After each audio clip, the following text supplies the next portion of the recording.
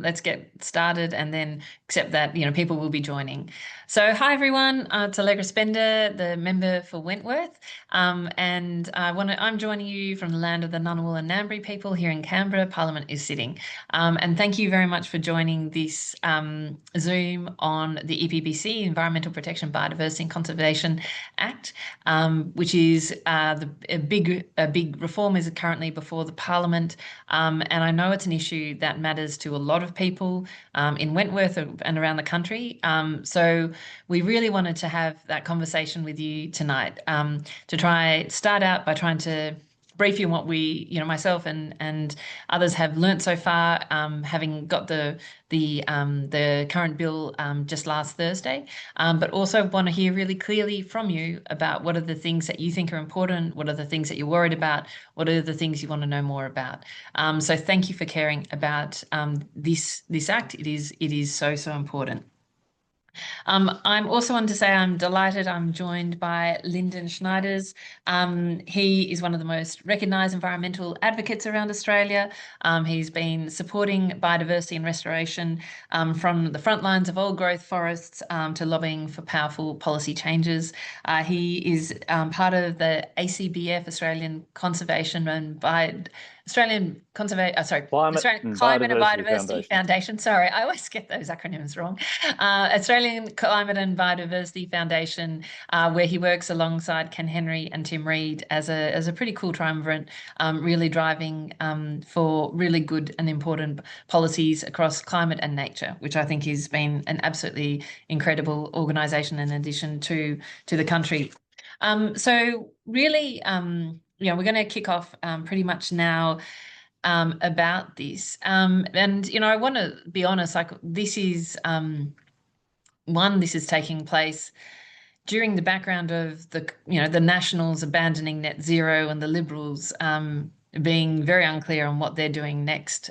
So at a moment where climate and the environment is of enormous concern, but where there's also enormous instability, I think, in the Parliament around this. So it's an important time to be considering this legislation. This legislation, to give people a bit of background, has needed reform for a long time. And it started out, and it's an area where I've been trying to push the government for reform in, ever since I got into Parliament and even beforehand, both because I believe our current environmental laws are not working for nature. We are the extinction capital of the world, Australia, but it's also not working for business, and it's certainly not working also for some of the clean energy transition, which I think is a real challenge under these current laws. So there's a lot to fix. Before we get started in terms of the laws that are ahead of us, Lyndon, I thought maybe you could tell us a little bit about the history of EPBC. What were the problems of it? And people talk about the Samuel Review as being really the key driver of the reforms we see in front of the Parliament today. So could you tell us a little bit about the Samuel Review, what it said, and what it said it meant that we need to take action on? Yeah, thanks so much, Allegra, and thanks everyone for coming on. I'll try to be brief in the background because there's some meaty issues. I guess a lot of people, I'll talk a bit about what Graham Samuel found back in 2020, because that's relevant in terms of this package of reforms. But it's probably important to try to very simply describe what it is the national environment laws do. And so when this legislation was brought about in 1999, it essentially consolidated about 4 or 5 different parts of legislation that had been progressively developed by the Australian government since the 1970s, and which had sort of slowly and quite sort of chaotically expanded the reach of interest and leadership by the Australian government into environmental issues. When the Constitution was put together over the period leading up to Federation, unsurprisingly, there wasn't a lot of dialogue in the country at that point about the environment, but there was lots of dialogue about management of natural resources and which level of government was going to be responsible for managing forests and rivers and all the rest of those sort of invaluable things.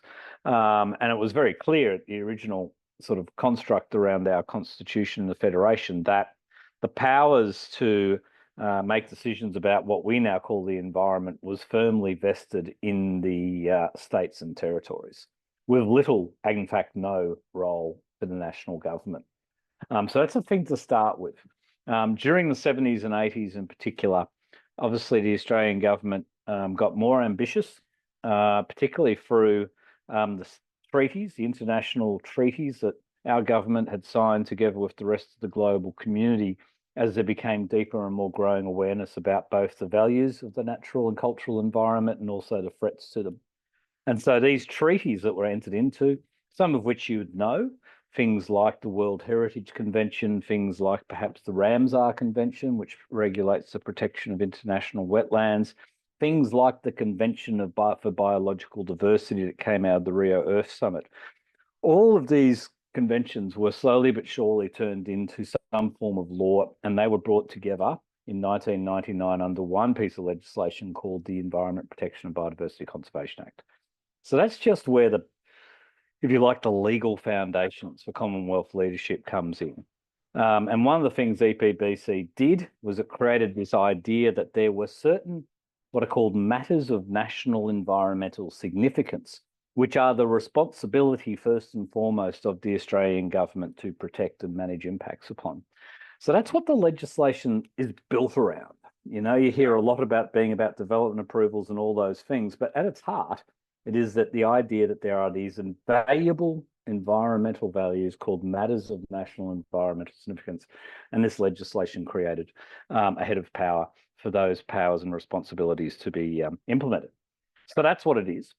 What Samuel found, and he followed on from a review several years earlier by another eminent Australian called Alan Hawke, found that despite the creation of this head of power, there were no rules, literally no rules, no outcomes required, no systems, only process, only boring and endless process that nowhere in them had embedded the idea that there was actually a responsibility to protect these matters of national environment significance, but rather to simply consider them. So Samuel went to town for a very respected older gentleman, went to town in chapter and verse in his independent review that was released ultimately in 2020 and made 37 recommendations. At the heart of it was this idea that the government needed to create things called national environmental standards that would lay down the rules for what was required for government to satisfy itself that it was executing its responsibilities to protect the environment. So, you know, I'll leave it there, Allegra, on that first run of the history. Okay, no, thank you very much. I think it is really important because I think this question of what's the role of the federal government, what's the role of the state, and what are we actually trying to protect and solve here. So then let's come to the legislation, and it's a huge tome. It's I think 1,400 pages and counting. It's a really massive document. But what it is trying to, what the government has said is that it is trying to address the recommendations of the Samuel Review, which it does in various forms, not perfectly, but in various forms. And how I think about it is about what is it trying to do. I think it's to, as Lyndon said, to identify and create high standards for environmental protection and to have stronger enforcement mechanisms. Those are, I think, kind of two of the key things that the bill is trying to do and does in different ways. And then from a business point of view, to have a sort of faster and less ambiguity in terms of yeses and nos, basically. That seems to be, I think, what I can see that the bill is trying to do, and it does it in different ways. So I'll briefly kind of outline how I think the different parts of the bill feed into those areas, and then Lyndon, love you to jump in and talk about it. So first off, in terms of identifying those standards, firstly it's in terms of setting standards, it has environmental standards, and I think that is one of the key features of this bill that we haven't had before. And I think the point of this is if we have standards, then there's more certainty and consistency of decision making by government. They have something which is called the unacceptable impacts test, which is a new standard, which is saying that if something's going to have an unacceptable impact on the environment, it is not going to be allowed in. And I think that is a really important standard. I think another key aspect of these sort of standards is this idea of net gain. So the idea is that if there is going to be if there is some sort of impact on the environment because of a particular piece of development, that there's a net positive gain for nature, rather than previously it was just, you have to equalize. So those, I think, are kind of three areas where I think they've tried to bring in sort of those higher standards. And then I think in terms of the enforcement side of things, there's the creation of the Environmental Protection Authority, the National Environment Protection Authority, with the NEPA, which is there to enforce, to monitor and enforce standards, because this has been a big issue to date, where the sense that, even if people have given approval, they're not, what's happening isn't actually, if somebody's not doing what they said they're going to do, who is it measured properly? Is it assessed properly? And the other big part of it, which I think is important, is the penalties for not doing the right thing according to your approvals are much higher. So it's up to 825 million is the fine that companies can get for not having for not meeting not meeting some of the requirements, or doing the wrong thing from the environment. So those are kind of, I guess, how I think about there's more going on than this, but those are some of the key features, I think, in terms of what the bill is trying to do to protect the environment. We'll then talk about things that the bill isn't doing and some of the problems with what this is, but that's kind of laying that out. Lyndon, do you want to have any additional comments in terms of, the sort of protection piece and what you think is most important? Yeah, no worries. Thanks, Allegra. So look, you covered it well, or maybe just go into sort of trying to unpack a few of those things. So there are positive reforms in this package, but it is a lot of material that people are trying to get their head around. And as you say, some 1,400 pages of material in terms of amendments. Why do the standards matter? One of the reasons the standards matter is they are going to, aside from what content is going to be in them, and I'll talk a bit about, what we know so far in terms of what's being released, but it's what they represent, because since '99, since the EPBC came into play, the idea that the Commonwealth actually had a leadership role and a responsibility for protecting these matters of national environmental significance has been pretty heavily contested, and hasn't really been represented in giving the powers to the Commonwealth to do so in the legislation. There was 20 years before '99 in which successive governments, and backed by the High Court and the federal courts, made a number of rulings that unambiguously stated where the Commonwealth had the power to overwrite the states and the territories. But '99 and the EPBC kind of represented an accommodation that ended up not being good for anyone, where nominally the Australian government had power to step in to stop things or to change things if they weren't in the national environmental interest. But at a practical level, that power was not included in the legislation. And there's a lot of different ways I can explain that. For example, if an activity was happening which was clearly a threat to matters of national environmental significance, the Australian government had no power to put in place a stop work order to protect the potentially threatened values. But likewise, it did not have a clear, explicit mechanism to require the states and territories to meet a certain standard of environmental protection when it came to development approvals or ongoing environmental planning. So even though the power had been confirmed by successive High Court decisions, it actually was effectively removed from the EPBC.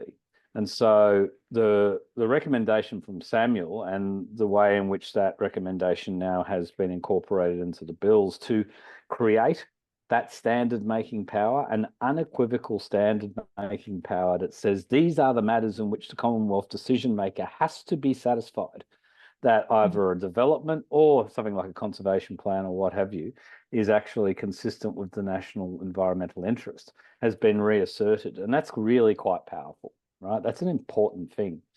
The details behind standards then become obviously incredibly important, but just reasserting that the Commonwealth actually has the responsibility and the ability to step in and override the states and the territories is quite a significant improvement on what we've had for the last 25 years.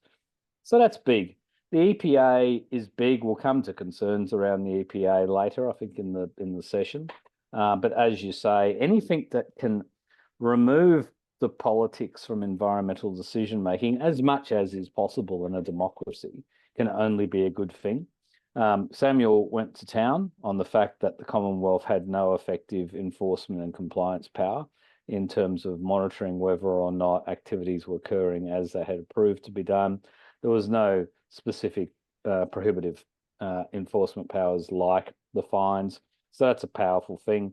The concept of unacceptable impacts is really significant. At the end of the day, it's a bunch of words, but they're powerful words that say, you know what, there is this thing called an unacceptable impact. Nothing in the existing legislation actually provides the decision maker with an explicit power to say this development does not reach a bar and just must be opposed outright. So the devil's always going to be in the detail, but as you said, unacceptable impacts and the idea that there is actually a no rather than always a yes is pretty powerful, right? The only time over the last 25 years we've effectively seen the federal government say no to anything has really been when a minister's stepped in and basically done it for their own political purposes. You know, people may remember the former Liberal Environment Minister, I think Ian Campbell, who famously developed a love of orange-bellied parrots, which deserve a lot of love, right? There's not many of them around and they're very endangered and wonderful.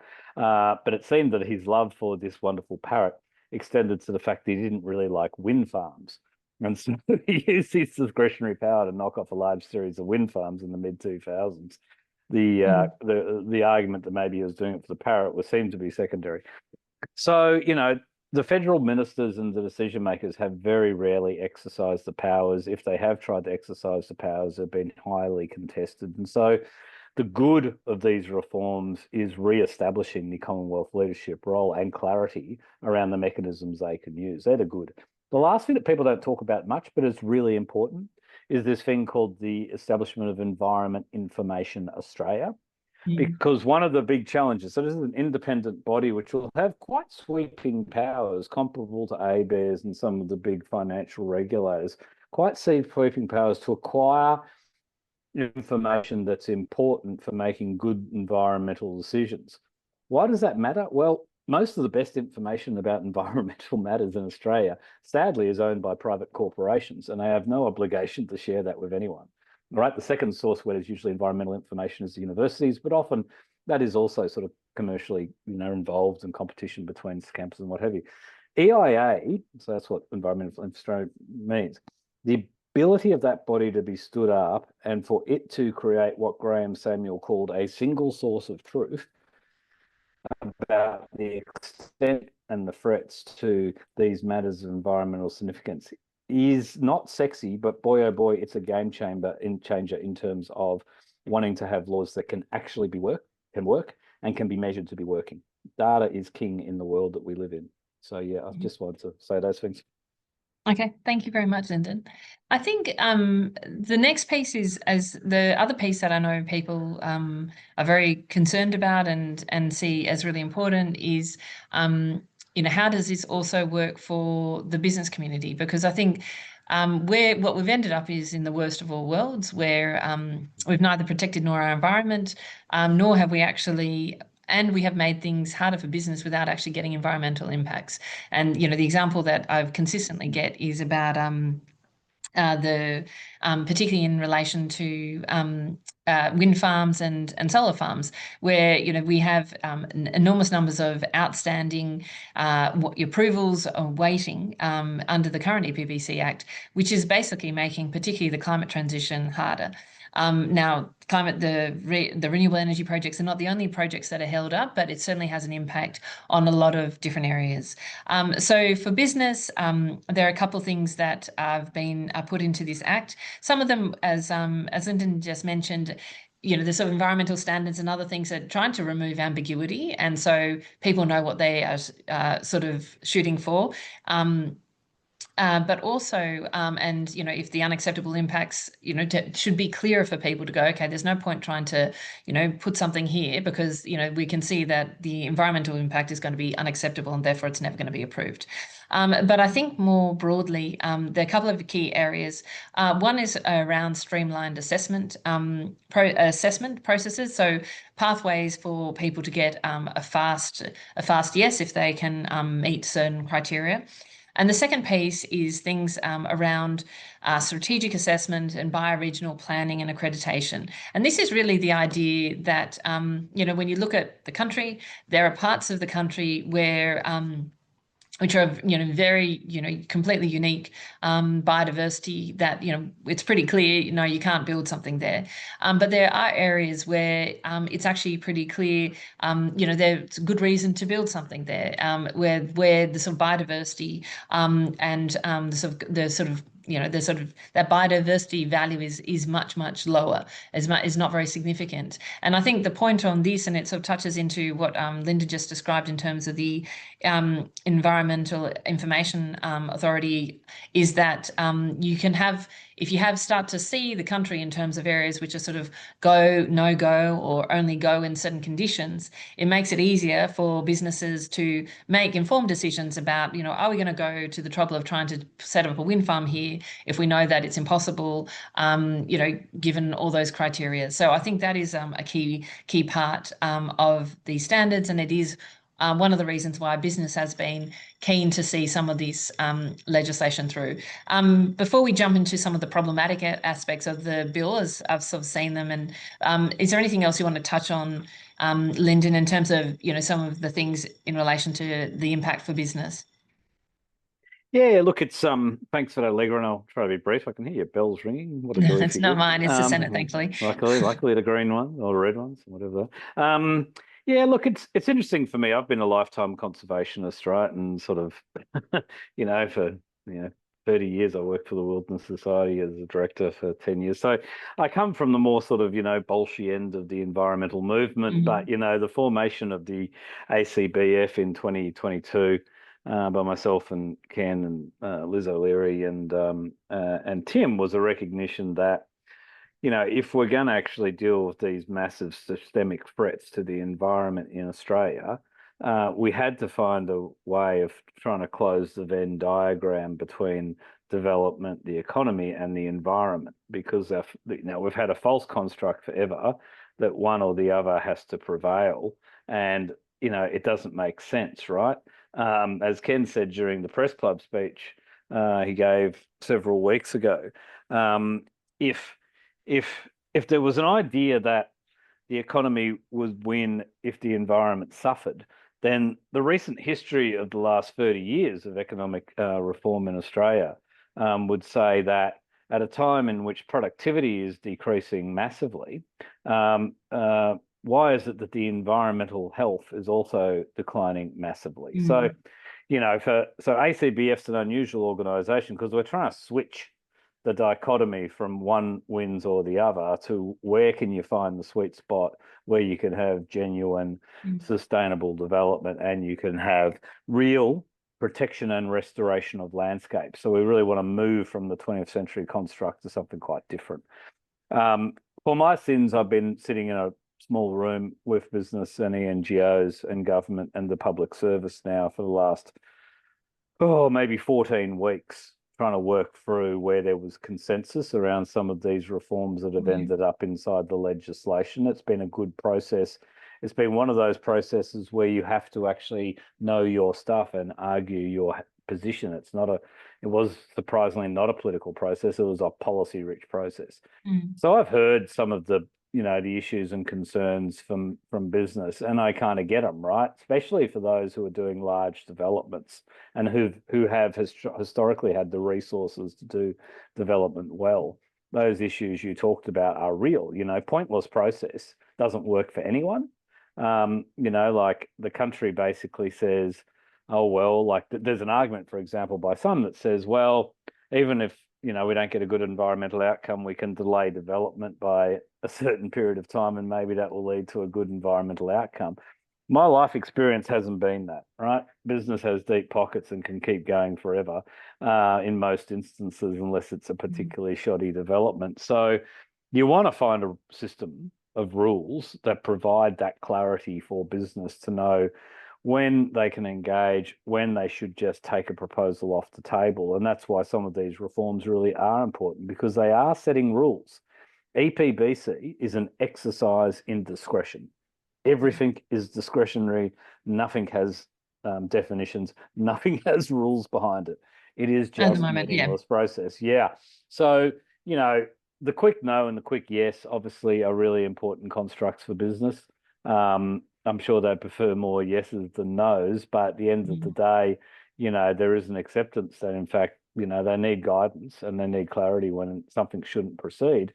And as you said, there's also opportunities to actually ensure that that whatever impacts they're doing aren't just going to be that. There's a concept in environmental planning called no net loss, right? Which says your development's going to have an impact. Like almost every development is going to have an impact on the environment some way, right? The dominant idea right now is you just have to take actions that ensure no net loss of the values that are being lost by development. That's just been a recipe for ongoing environmental decline. And so, as you said, I think in your summary before, Allegra, one of the strengths of this is this still not quite well defined idea of net gain, that any development impact has to not just be sort of not doing bad, it actually has to be compensated by doing good. And that's an important construct as well, because if we just landed on a suite of reforms now that basically said no more loss and protect the pretty places, sadly, biodiversity in Australia will continue to decline. We have to be engaging in large-scale restoration of the size that has not had been imagined, given the past impacts of 200 years of overdevelopment. So, there's some good stuff in there that should help business, but also hopefully we can get a balance right so that business and the environment community and government really recognise that it's in everyone's interest to make sure that development is sustainable and to recognise that we need to be restoring nature, not just trying to put things in museum pieces and protect the best of what's left. Okay. Thank you. I'd love now to talk to some of the challenges and issues that I currently see with the legislation. And I'll be honest, as I said, we've had the full legislation only since Thursday, so I'm working through this. I also really appreciate people putting their comments and questions in the Q&A. We probably won't get to everybody's Q&A, but what we want to try and do is, and please feel free to use this as an area for comments, because this is meant to be an exchange. It's difficult to do on Zoom with 130 people, but the point of this is to make sure I'm hearing what's important to you, what your questions are, and whether or not we can touch your question tonight. We will be going through this Q&A and making sure we're sort of trying to get on top of some of those issues. But let me talk briefly to the challenges that I see currently with the legislation and what people are trying to do about it. And then we'll go to some of the Q&A. So probably from an environmental point of view, there are kind of 4 areas which I think are challenging. Firstly, I'd say land clearing and logging, in the sense that we know that land clearing and logging, we know that since 2000 we have lost more than 11.5 million hectares of native forests have been cleared, which is just enormous, including 3 million of intact remnant native vegetation. And currently, because the regional forest agreements are not included in the Environmental Protection Biodiversity Conservation Act, there's an exemption there, and they're just really not captured there, but they're not yet captured in this legislation. Now, the minister sort of talked about it a bit, and it's an issue that's kind of an open issue, and it might be an issue for negotiation with the Senate. But this is really important because, from a biodiversity point of view, but also from a climate point of view, land clearing and native forest is absolutely critical. A second area issue that I think is really not covered has real problems is called this idea of national interest. So in the current laws, you can say yes to program if it meets some sort of national interest in a sort of a very sort of big exemption. But and then particularly sort of national security and disasters and all those things have been where that is thought. But in this case, there's a broader national interest where projects can not have to meet all the standards if they meet this sort of idea of this is in the national interest. And I think this has a lot of so concerns me and concerns others to say how wide is that power, how much it might be used. Could that mean that certain environmental sort of projects could be justified, say under national interest rules, because could fossil fuel projects be justified, for instance, under sort of some sort of national interest exemption, or exemption or kind of reduced standards. So I think this is an area that again, myself and others are working with the crossbench, working with experts to say, look, what can we do on this kind of area? I think another area that I think is, again, pretty technical, and there are different views around this sort of this use of offsets, and particularly this idea that you can pay into a fund to help nature if you are going to have a particular impact. And there's some concerns that these sorts of funds in the past around the states have not worked. So I know there'll be different views across the sector about whether this is a good thing or not, but there is some concern about how they're going to be used, this use of offsets, sort of national offsets. And finally, this question of climate. And I know for a lot of people, is there a climate trigger? There's not a climate trigger in this legislation. I don't believe there will be a climate trigger in this legislation if it passes. I think the government has been very explicit that they won't do this. I know that the Greens have pushed very hard for it, but I just don't see the government fixing that. What the government has consistently said, we will deal with climate implications through the safeguard mechanism.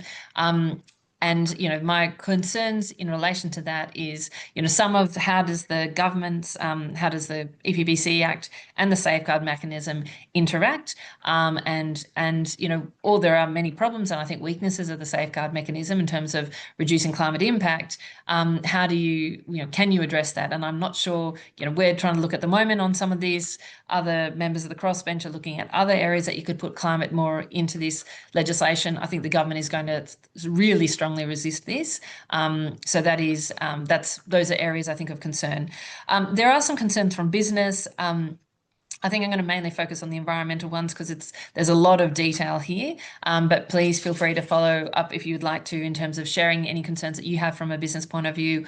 I'm happy to respond to that as well, because what I'm trying to do at this stage is talk to environmentalists and scientists, but also to the business groups, and again work on trying to see how this legislation is meeting that balance. Lyndon, do you want to talk about any of those problems that I've just talked about in the legislation, and how how you think about them, or any other sort of weaknesses that you see in this legislation from that environmental protection point of view? Yeah, great. Thanks, Allegra. I guess there's two or three really, right? So one is exemptions and loopholes, and you've covered that. I'll come back to that in a second. And then the second one is, trying to bring greater transparency and independence into environmental decision making. Again, like there's 1,400 pages of amendments. There's undoubtedly a whole lot of things that the drafters haven't got right, and I'm hoping the parliamentary process can help correct. There's always going to be problems with a bill of this scope, and unforeseen circumstances and what have you. But I'll focus on the two big issues. So independence in environmental decision making is a big deal, right? And in many respects, the government's proposal to create the EPA should be applauded, given how far away from independent decision making we presently have in terms of national environmental planning. But I still worry that it's not enough, to be honest. But maybe we have to go through a process of standing the thing up and testing its effectiveness over the next 3 or 4 years, and also see how the government plus the EPA go in delivering a whole stack of new powers and responsibilities, which these amendments would give them.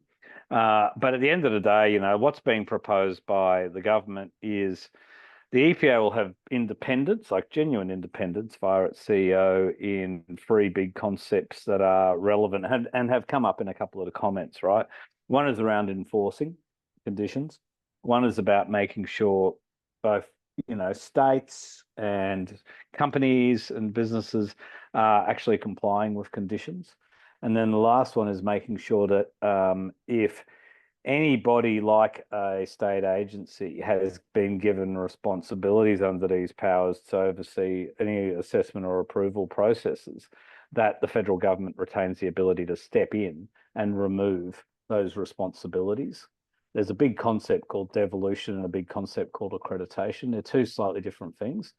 Devolution is something that the Conservatives have wanted for many years, which essentially says the federal government signs an agreement which says we no longer have a response. We have wiped our hands of our responsibility. We are happy legally to give our responsibilities to the states.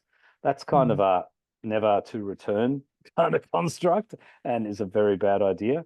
Accreditation is a bit different because it enables the EPA in this instance and the federal government to be able to say, look, there's a system in your state that delivers the standards that our new reforms are going to require, and it is comparable.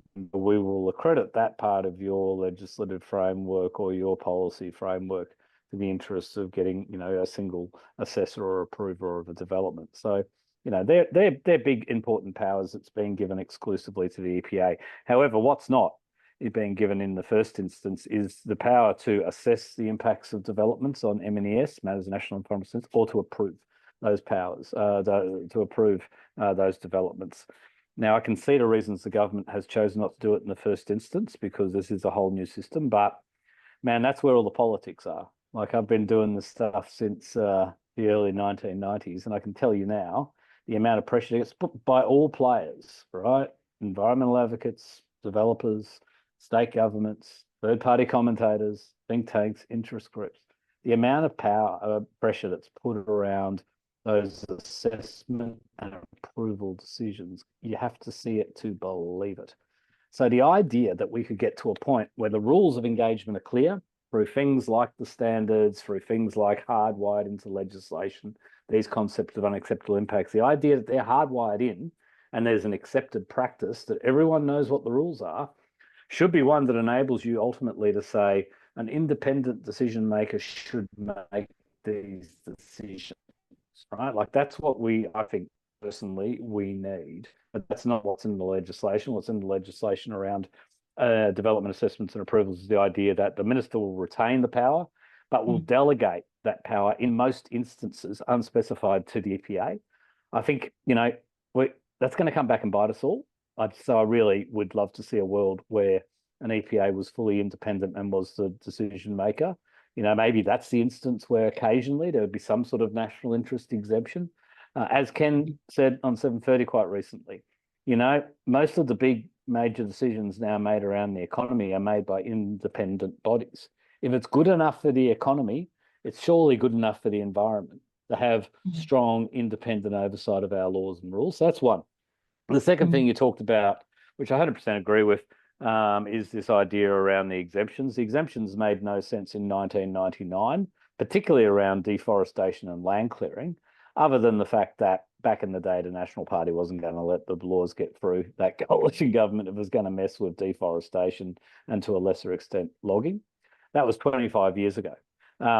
There are undoubtedly matters of national environmental significance, i.e. threatened species, threatened ecological communities, impacts on great natural assets like the World Heritage Area, the Great Barrier Reef.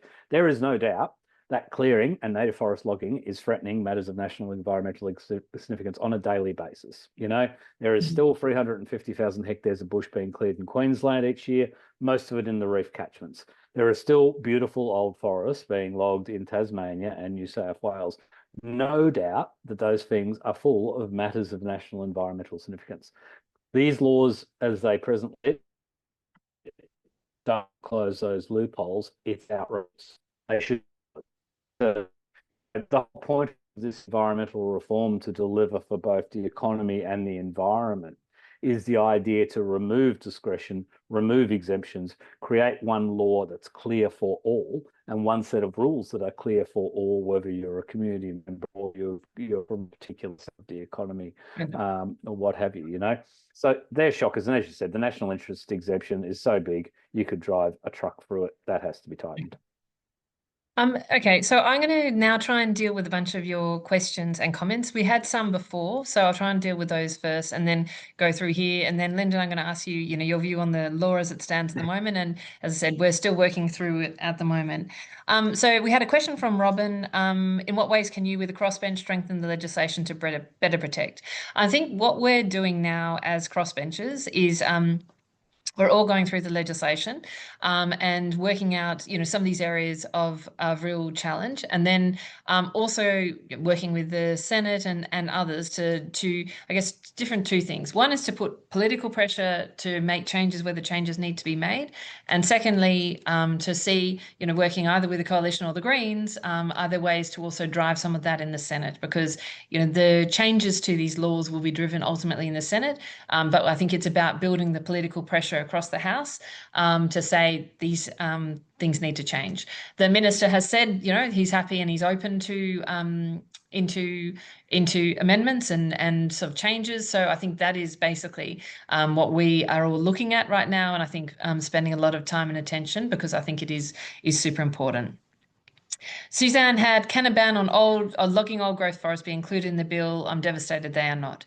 Yes, it should be. No, it's not currently. I think this is really important, and I think I feel like the government has left this out because it wants to negotiate with the Greens on the legislation. I think that's my read of it, at least, that this is out for political reasons, but it could be out, more, it could be brought back in. So we will see. But I think this is super, super important. Alison, what will it take to put a climate trigger in the Act? I don't know. I'm not sure that it is possible. We are looking at the different options, to be honest. If it's not a climate trigger, and I know that was the other question, are there other ways of bringing climate more effectively into the Act? I think myself, Nicolette, Zali are looking at, what is appropriate, what isn't appropriate, and we're particularly looking at the interaction between this and the safeguard mechanism, because the government is saying climate's in the safeguard mechanism, and so we're saying, well, then if that's the way they're going to do it, you need to get that relationship really good, and I think it's sort of not quite there. Ruth, will the Australian natural environment be better off due to these changes to the bill? At this stage, I think, my view is probably yes, because I feel that the current laws are absolutely broken. So while I think that, I'll be honest, I think that there are significant weaknesses with this current legislation. My view is that this even as it stands, it probably is better, but I'm qualifying that with the fact that we're still going through all the detail and still gathering lots of different views. But I think it is on balance better, and I believe that, to be honest, if you make some changes, it could be even better. But Lyndon, I should have gone to you on that. What's your current view on the legislation? In terms of, is the natural environment better off because of changes to this bill? Allegra, it's a hard question to ask It someone is a who's hard been question, but through so many of these processes. Look, on balance, assuming a few things, on balance, these reforms, even as passed as they are now without further refinement by the parliamentary processes, would be better than what we've got, because what we've got is terrible. Okay, so some commentators have said, "Oh, this is worse than business as usual." I probably would take issue with that, because anyone who's tried to use this legislation to, achieve environmental outcomes or even good development outcomes, and I've mainly been in the former camp, can tell you it's as useless as the proverbial, right? So, but then we also need to recognise a few things. So I think the legislation as it stands, even without amendment, and there will have to be amendment, is an improvement on the system we have. But what it's going to take is a few things. It's going to take constant vigilance, because a piece of law going through a parliament does not materially change the environment, right? It's going to take the institutions that are being set up under this legislation to be given a chance to grow and to actually function well. It's going to take the states to step up and working with the, because there are so many contested and shared responsibilities when it comes to managing the environment. And in fact, even local government and other local bodies like NRM bodies are going to be massively important to see if this legislation works. Because again, passing a law in Canberra does not materially make life better for a bilby, right? Or a koala. It takes the whole system to be wanting to change. I think there's enough in even the unamended bill to set a slightly different trajectory to the one we're on, which, as Samuel found, is constant decline and destruction. So I think that's good. But passing a law does not by itself fix the environment. It's going to take a lot of investment and scrutiny and cooperation to get somewhere where we can change the trajectory in which the natural world's heading in Australia. Okay. Okay, I'm going to try and get to some of these questions. Just, I know we're over time already, but I wanted to just There try was and a see. question, Allegra, around national environmental standards, I Yep. think, floating around that I saw. Do you want me to have a quick crack at that? Because Yeah, someone you have a go at specifically that asked one. that. Yeah, so just there was a question about what's my view around national standards. And there were specific questions, why aren't the standards in the legislation? And what do they need to do to include? So three answers to that. Standards are, like as a concept that sets rules and direction and that binds decision makers, whether it's an EPA or it's a minister or, depending how you look at it, the developer. The idea that standards provide clarity and provide clarity on the required outcomes for protecting these matters of national environmental significance are a good thing. Like just a good thing because nothing like that exists under the present regime. So, happy days, good idea. The question was, why haven't we, what can they put in the current legislation? We argued that case, but the point was quite reasonably made by Crown Law that you've got to create the power to make the standards before you can make the standards because they are a new concept. Now, the constitutional basis of them seems very sound and clear, but we have to get the legislation through that creates that power so it can't be challenged. If it was put into a world of discretion or testing without that legislative backing, it'd be very challenging. Have we seen them? Should they go in legislation? I think in time they should go in legislation, no doubt. Have we seen them? No. All of us, I think, are going to be very fortunate if we want to go to the DQ website in the next 48 hours. We're going to finally see the first two national environmental standards in their regulatory form of how they would be if they were put to Parliament. Like standards are subordinate legislation, so it's not like a bill or an act, but they sit underneath the Bill and the Act as disallowable instruments that have parliamentary force once they go through the regulatory process. So we're going to see the first one for the national standard for matters of national environmental significance, which will specify the series of rules and decisions that a decision maker, whether it's the EPA or the minister or someone else, has to follow in terms of whether a development is going to be compliant with these national standards, or even something like a conservation plan, which is the more proactive part of environment policy, which are things like recovery plans and management plans for special areas like World Heritage areas. So we'll see the first standard for the national matters of national environmental significance, and then we'll see one around offsetting, which is going to be the rules around these new offset arrangements, including the idea that, in fact, developers have to follow a thing called the offset hierarchy, which, the developer has to demonstrate they've tried to avoid, minimize, and only in the last instance, offset impacts of the national environmental significance. So the real test will be in the next 48 hours, and I'm sure the Parliament will be very engaged in looking at those standards, as will the community. We have a lot of, we have a lot of more additional questions. I'm not sure we're really going to be able to jump into many of these. So I guess one question I wanted to to briefly address was, what should we do after this? So the two different things. One is keep on sharing your views and your perspectives, because you will have those. And I can see, we have people, I know on this call, people with sort of deep engagement and knowledge and in some sort of national experts on the EPBC Act versus people who are just concerned citizens but are here much more to understand how it all works. But please share your views. I will be sharing information out as we are working through this week.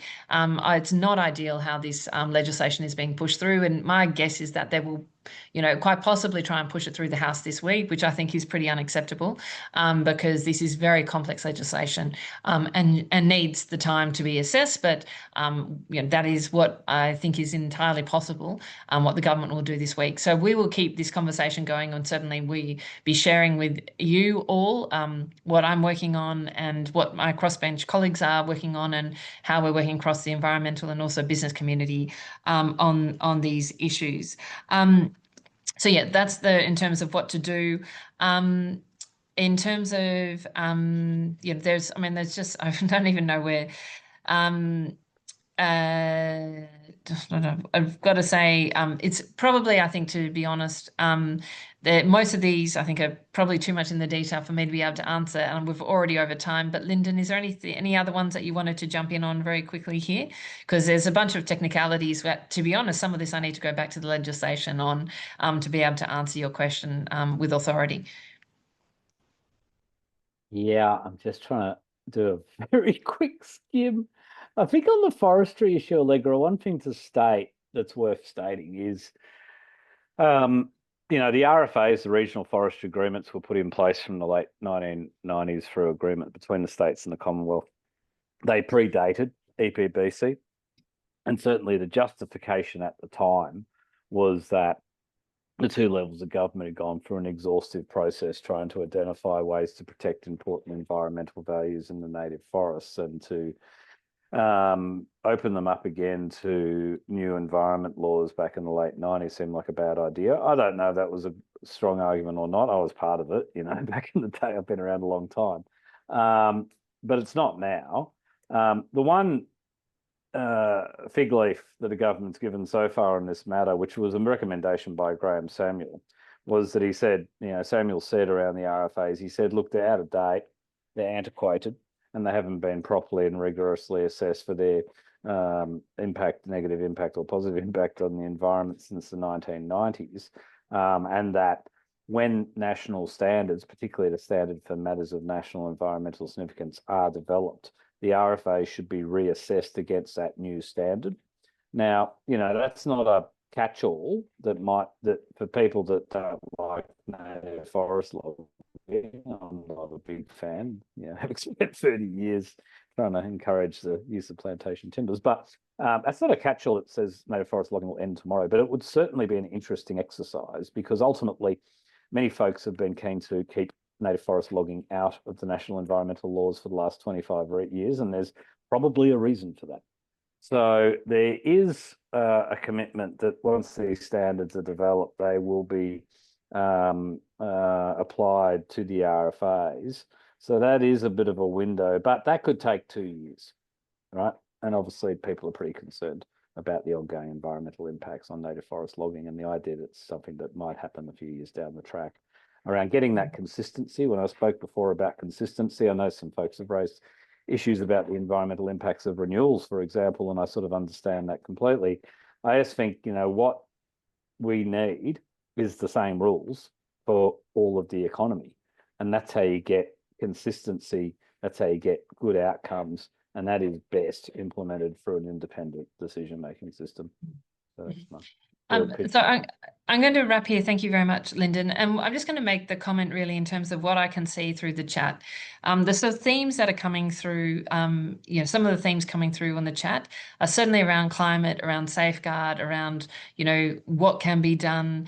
I'll be honest, this bill, I don't believe that this bill is going to stop, big browse or other big kind of gas or coal on its own as it currently stands, nor as I expect it to go through the Parliament if it does indeed go through. So I don't think I think that is unlikely, but it can be better, and I think that is what I'll certainly be fighting for.